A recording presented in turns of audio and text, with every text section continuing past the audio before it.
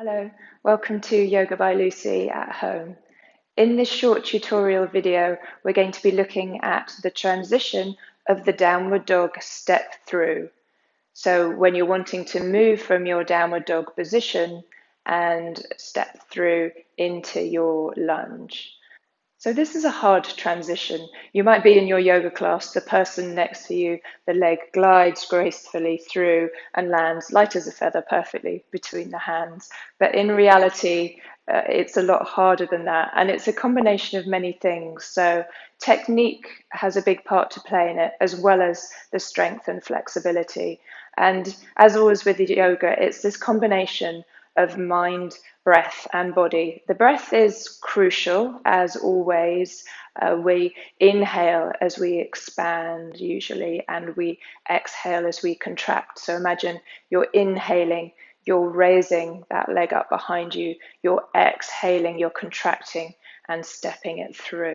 There is also a small element of how you're made. And if you have long arms and a long torso and shorter legs, it's going to be a much easier transition than if you're the reverse of that. And then where does the mind come into it? I want you to picture, visualize what your transition looks like. So you're in your downward dog, you extend your right leg up behind you into a three-legged dog, and then you bend your knee into your chest, rounding your spine up a bit like a cat stretch. You push the floor away, and then imagine that your spine is parachuting upwards here, creating the space to lightly step the leg through. So this is a tutorial rather than a class, but it would be a good idea to be a little bit warmed up before you practice. I'm going to show you how to do that. So some simple warm-up exercises, firstly for the hips. You could do this from seated, simply cradling the leg in your arms and rocking this hip open. You could do this seated on a block or some sort of support underneath your sit bones. Obviously, you would do that to both sides, just opening up, loosening the hips, and then stretching the hamstrings. Again, just a simple forward fold. So from seated with the legs extended, the feet flexed, toes drawing towards you, drawing up tall through the spine. We'll take a forward fold, abdomen lifted, spine extended. If you can't reach the outside edges of your feet, you could use a strap here around the balls of the feet, or you could keep a softness here behind the knees.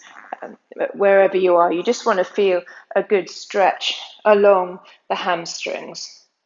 So you would hold here for several breaths. And then just warming up the spine, you could take a few cat-cow stretches, finding your tabletop position, shoulders over the wrists, hips over the knees. You inhale as you drop the belly, lift the tailbone, lift the chest, look forward and up, squeezing your shoulder blades. And then to reverse on the exhale, tuck your tailbone under, scoop your abdominals up, chin to chest. Really press into the palms and round out your spine as much as you can. And then you could repeat this several times over. Before we come to the actual downward dog and the step itself, I'm going to show you a way we can work into the hip flexors, so to create strength so that you've got this ability to lift the leg through. And this can be done from standing, so simply raising your bent knee to hip height and then just pulsing here up and down. Obviously, you'll do that on both sides, so the other leg from the side, this would look like this. And a slightly stronger version is to extend this leg. So with the leg straight, you pulse up and down. Try not to lean back, but keep your shoulders over your hips. And this is really strong work into the hip. We could also do this from sitting down. So sitting with the legs wide. You can take height underneath the hips here if you like to stop yourself from leaning back. Just use your fingertips at your side for support. And then you, with the legs extended, you lift one leg and then the other side and repeat. And you could do this several times. Again, great work for strengthening the hip flexors. So having done the warm-up and worked a bit on our hip flexor strength, I'm going to show you some ways now to improve your technique with the step through and also help with your strength and flexibility. From a tabletop position, shoulders over the wrists and hips directly over the knees. You would stretch one leg away, inhale and look forward, and then we're going to bring the knee and the nose towards each other by pressing into the palms, rounding up the spine and really squeezing this thigh in towards the belly. And then you could repeat that a few times and on the other side. So inhaling to look forward, strong through the abdominals as you draw knee and nose towards each other. Press into the palms, round the spine up towards the ceiling, so creating this space. And then to take this a step further, we would do the same thing. Inhaling, exhaling, create this space, and then you could lift these right fingertips slightly as you step the right foot through. So on the other side, inhale, stretch away, exhale, knee and nose draw towards each other, squeeze that thigh in, and then look forward. You could lift these fingertips slightly as you then step the left foot through. Another way to practice this is using two bricks. So again, hands are flat, positioned underneath the shoulders. So this just gives you a bit of extra elevation, extra long arms. So this would then, we would inhale, exhale, round out through our cat spine. And then you've got this extra room to glide this foot forward between the hands. Inhaling, exhale, round out, and then with as much lift as you can, step this foot through. That's a great way to practice using these blocks. So then the next thing we're going to do is to work from our downward dog with some strengthening exercises. So lifting up into your downward dog. We're going to come to this idea still of the height through the spine, through an arched, extended cat spine. So lifting up the heels, tucking chin to chest, scoop the abdomen up, and with this rounded cat spine, you're going to lower yourself down into your plank pose, pausing here for a moment, and then back the way you came. So chin to chest, press into the palms, create this height through the spine and back down, and you could do that several times as well.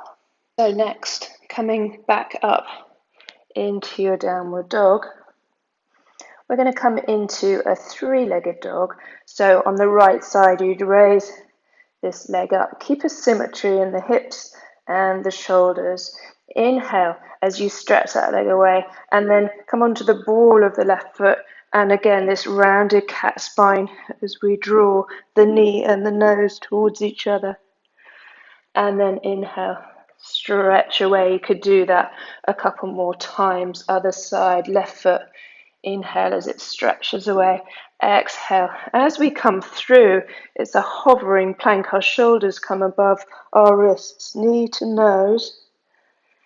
And then step back again into your downward dog. And come down there.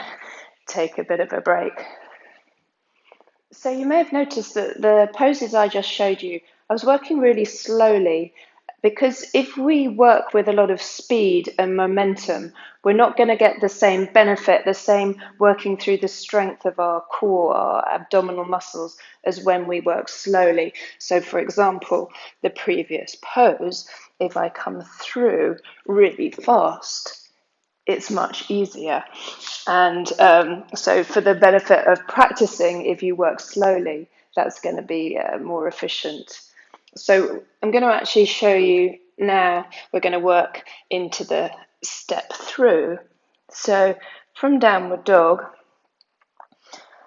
we want to keep thinking about this idea of height and space. So if I collapse in the shoulders and the spine, when I come to lift my leg through, there's no room for it to come through and it lands short. If I create this idea of space, I'm really pressing into my palms, extending through the arms, the sides of the waist. I'm on the ball of the back foot. I keep the hips high as I bring this leg through. I've got a lot more height and space here. And then I can again lift these fingertips slightly and land the foot through. So on the other side, inhaling up, look forward, create this height and this space, and then step the foot through. And another way to practice is with the bricks again, shoulder width, and then the heel of the hand into the corner of the block.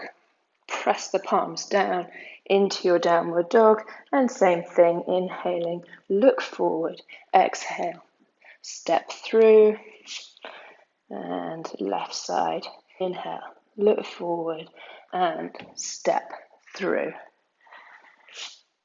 So I hope you've enjoyed this short tutorial, and if you practice some of the poses that I've showed you, it really will help you to build your strength and stamina with this transition. And hopefully it's given you a little bit of technique as well. So when you're actually in your yoga class and the moment comes to step through from your downward dog into your lunge, that you're able to do so with a little more efficiency and ease. So thank you very much for watching.